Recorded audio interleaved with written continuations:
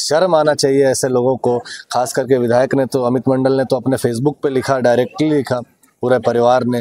तो शर्म आना चाहिए ऐसे लोगों को, ऐसे विधायक को जो एक लाज शर्म नाम का चीज़ उनके अंदर, नैतिकता के कोई चीज़ ही नहीं बच गया। हम तो लगातार दौरा जो है वो चालू है। विपक्षी अब ये तक कहने लगे कि रात में जो है आप लोग पूरा परिवार लेकर जो है झंडा उतारने का काम कर रहे हैं, झंडा उतारने का काम कर रहे हैं, चढ़ाने का काम कर रहे हैं, कर क्या रहे हैं आप लोग? देखिए, हम तो बोल रहे हैं कि इस चीज़ पे तो हम बयान नहीं देना चाहते थे, लेकिन अब उनका कहना है कि हम झंडा उतार रहे हैं। तो भाई, आपके ऐसा गिरा हुआ काम हम लोग करते नहीं हैं।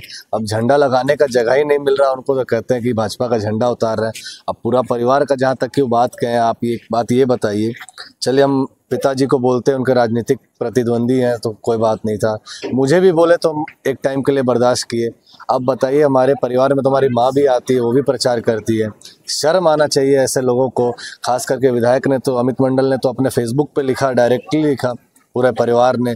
तो शर्म आना चाहिए ऐसे लोगों को, ऐसे विधायक को जो एक लाज शर्म नाम का चीज़ उनके अंदर, नैतिकता के कोई चीज़ ही नहीं बच गया। हम तो कुछ दिन पहले उनकी मम्मी का भी देखे किस तरह मोहनपुर में आदिवासी समाज के लोगों ने उन्हें गांव घुसने से रोका। तो जब वो हम लोगों के पास वीडियो आया तो हम लोगों ने उन्हें फ़ोन करके बोला कि भाई ये सब काम मत करिए, वोट मांगने का अधिकार सभी को है, हर कोई सब जगह जाके वोट मांग सकते हैं, आप रोक नहीं सकते हैं। उसके बाद भी वहाँ के लोगों ने कहा कि देखिए, हम लोग को भी इसी तरह विधायक, जब हम उनके घर पे गए तो हम लोगों का तुम लोग आदिवासी हो, तुम लोग यहाँ से बाहर निकलो, या अमित मंडल जी कहते। तो इसलिए आज वो वोट मांगने हैं तो हम लोग गाँव घुसने नहीं दिए।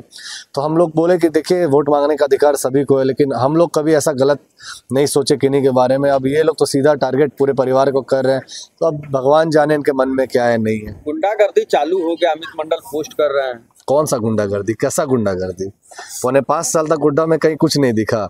दो महीने पहले तक तो कहीं कुछ नहीं दिखा। चुनाव आते आते ही बरसाती में ढक लोग कहे टरटराने लगते हैं। इतना हमको तो ये समझ में नहीं आता है। कहाँ आप लोग भी तो प्रेस के हैं, आप बताइए कहीं आज से 4 साल 10 महीने पहले कहीं कुछ हुआ क्या? कहीं कुछ आप बताइए हमारे लोगों के द्वारा। चुनाव आते आते ये लोग एक मुद्दा बना लेते हैं।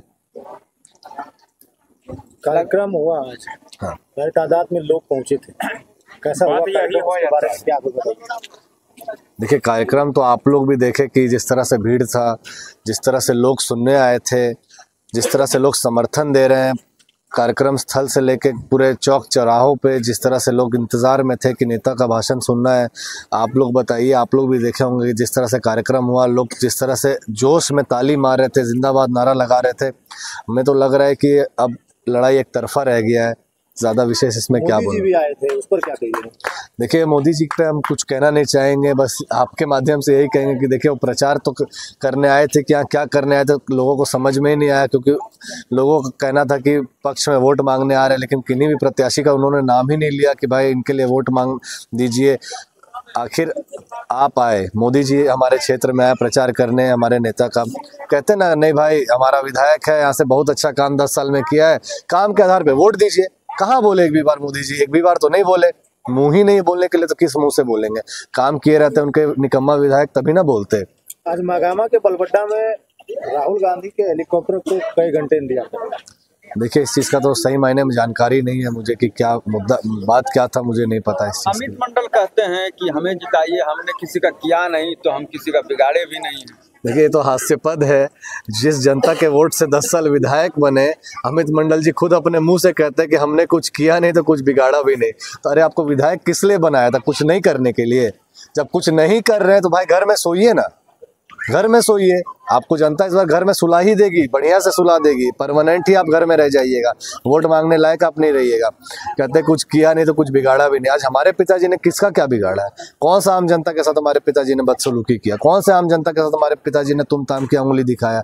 लेकिन उनका तो आप लोग के पास वीडियो अवेलेबल है कि आप देख सकते हैं कि किस तरह उन्होंने आदिवासी समाज के दिग्घी में किस तरह से उन्होंने उंगली दिखा के पूरे सभा में बेइज्जत करने का काम किया। किस तरह वो तुम ताम करते हैं, लोगों को उंगली दिखा के बात करते हैं। तो रौब तो खुद दिखाते हैं, गुंडागर्दी तो वो खुद दिखाते हैं, इल्ज़ाम दूसरों पे लगाते हैं।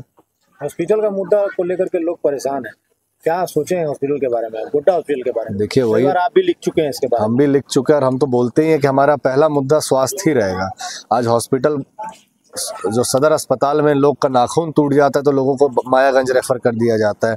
आज 10 साल में यहाँ पे गोड्डा का हॉस्पिटल नहीं सुधार पाए, मांग नहीं कर पाए।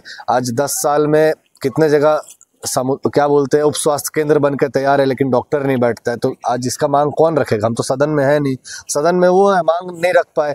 तो हम तो बता रहे हमारा पहला मुद्दा स्वास्थ्य रहेगा। लोग रोड, पुल, पुलिया, सड़क तभी ना देख पाएंगे, तभी उस चीज़ पे चल पाएंगे ना जब जिंदा रहेंगे। अब नाखून टूटने पे लोग को मायागंज रेफर कर जाता है, पता चलता है कि कुछ और बीमारी है, बीच रास्ते में लोग की मौत हो जाती है। तो हमारा पहला मुद्दा तो यही रहेगा। जनता के बीच जा रहा है, कैसा प्यार मिल रहा है? आप देखिए ना, अभी इतने रात में, इतने ठंड में, आप एक बार कैमरा घुमा के दिखा दीजिए और जनता ही बताएगी कि क्या प्यार दे रही है यहाँ पे।